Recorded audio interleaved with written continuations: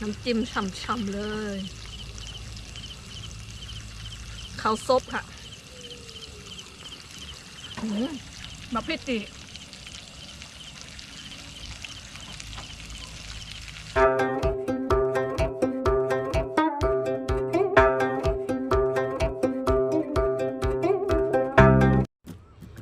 ใบสูงภูบันแห้งช่องน้องปีตังเสงขาเหมือนได้ก็มามีใบจีสวนแท้นั้นเลยค่ะเนาะเหมือนได้ก็ครั้งแรกติมานอนกันในเลยค่ะเนาะติมากลางเต้นนอนกันในเดี๋ยวเนี่ยแบบนี้นะมีห้องน้ำมันง่ายเนี่ยมันนอนเลยอะไรกะหาเขาห้องน้ำต่างเสียเนาะเหมือนได้ก็บรรยากาศดีวันนี้อันนี้ก็5 โมงก็เลยก็5 โมงควายอันนี้ก็แดดก็เริ่มจางแล้วก็ป้อมไม้แล้วเลยค่ะเนาะก็ในเขาก็ติดมาหาตีเฮ็ดส้มมาก่อนเลยค่ะคุณก็บรรยากาศดีมากเลยอ่ะถึงป้อมไม้แล้วนะบรรยากาศดีแล้วคำได้จะจองเต็มไม้ได้มั้งนะอันนี้ก็จะเป็นครั้งแรกที่มานอนกันเลยค่ะเนาะกูปอกมากก็มาให้มือแต่มือได้ติดมานอนกลางเต้นกันในเลยค่ะกูก็ไม่ทำปฏิมาหาติดกลางเต้นกันก็กลางเต้นกันเลยค่ะ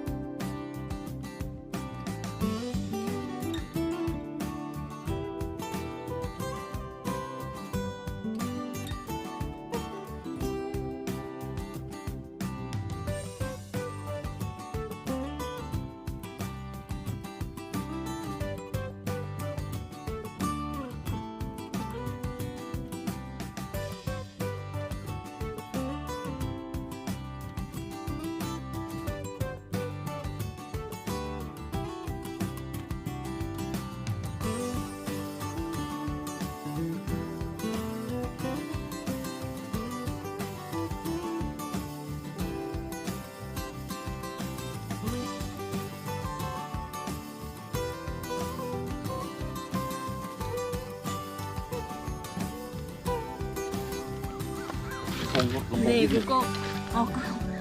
กูก็ซื้อมากรุงว่ะเนี่ยกรุงเป็นค่ะนะโลละ300ค่ะนะก็กลางค่ะเนาะตัวใหญ่แถวในกรุงถูกนะขนาดได้เป็นกรุงกลางค่ะเนาะโล300โล300แน่หลายๆตัวมาก2 4 6 8 10 11 12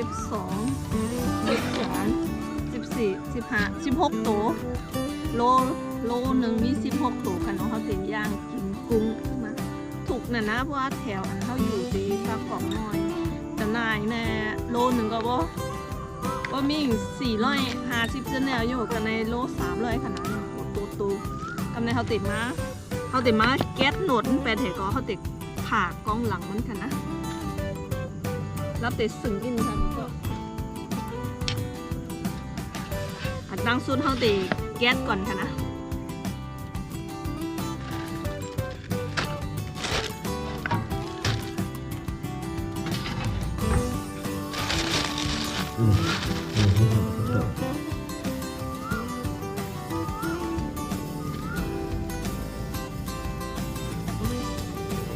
เราตีแก๊สเป็ดหนวดจะในขนาดหงจะในคือก็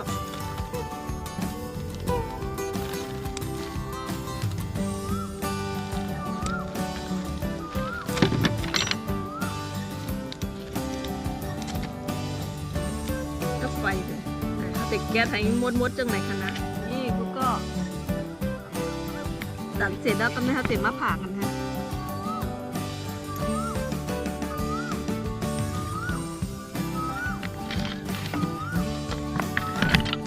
เ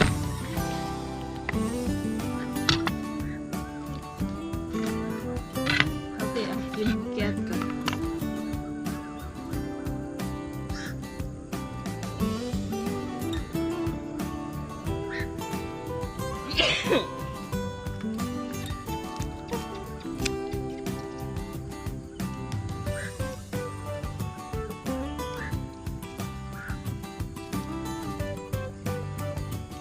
ินแกเดียวกันเลยเขาก็ติดผ่าหูมันค่ะนะ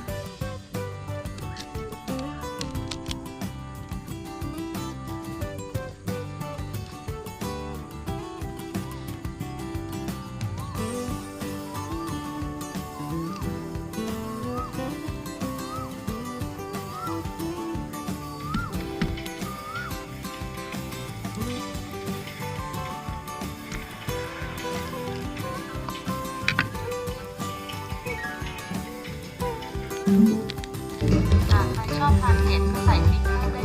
ลยจ้ะ ก็เป็นเพราะเขาเห็นไหนผ่าเยอะเห็นไหนก็ไม่เขาติเอากว่าล่างนำสกรรมคณะกูก็นี่ค่ะกูก็นะครับพอผ่าเยอะก็เขาก็ตีกว่าล่างก็ไม่เขาติเอาจีนะเผาหยิบเนยให้หน่อย อยู่ไหน เนยเนอะสีเหลืองเนย เนยเค็มนะชีสอ่ะ ชิดเขาแช่เย็นไปแล้วเนี่ย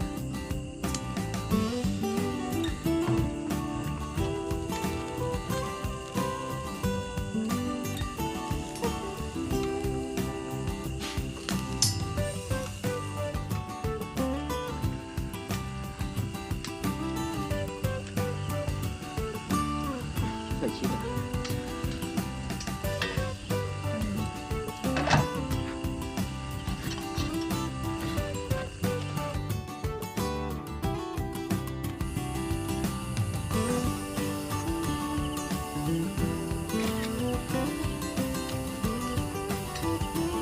ทำอะไรครับกุ้งย่างชีส ย่างชิด นี่ทานเนยก่อนเนาะชีสลง อันนี้เราก็จะใส่ชิดไปด้วยใส่ชิดไปเลยเยิ้มๆไปเลย ชีสใส่ต้นหอมหน่อยนะย่างชีสแบบไทย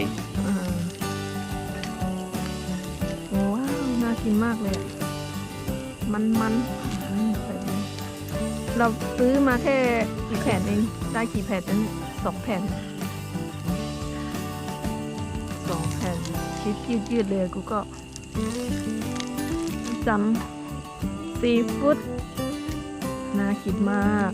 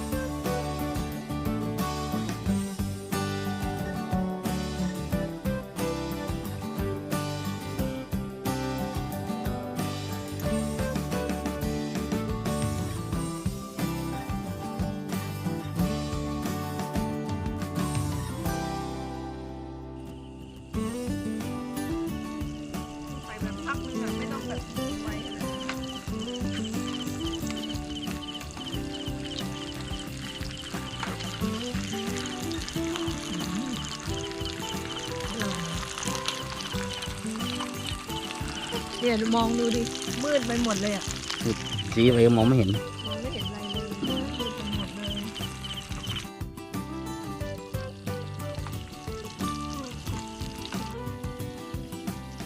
นี่กูก็ซุกก่อนนะ หลุดซุปแห้งก่อนแล้วก็แม่เขาติเอาโอ้น้ำจิ้มเนี่ยน้ำจิ้มราดมาใกล้ๆเลย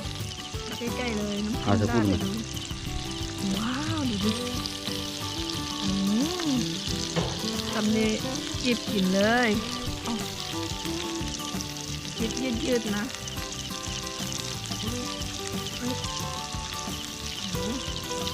โอ้ออกมาทั้งหมดเลยอ่ะ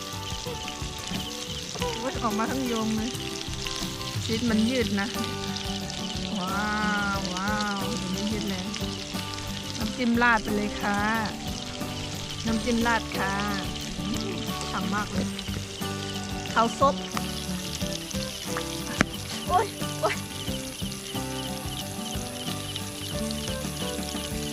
นี่ ไข่นะ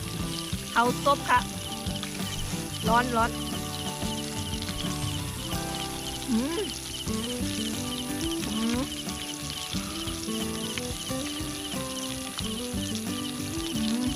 อร่อยมากเลย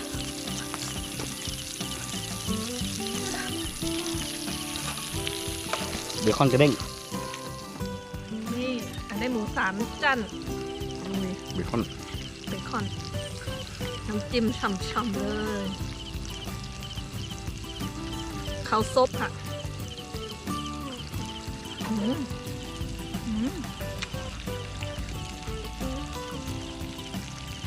มาพิจิ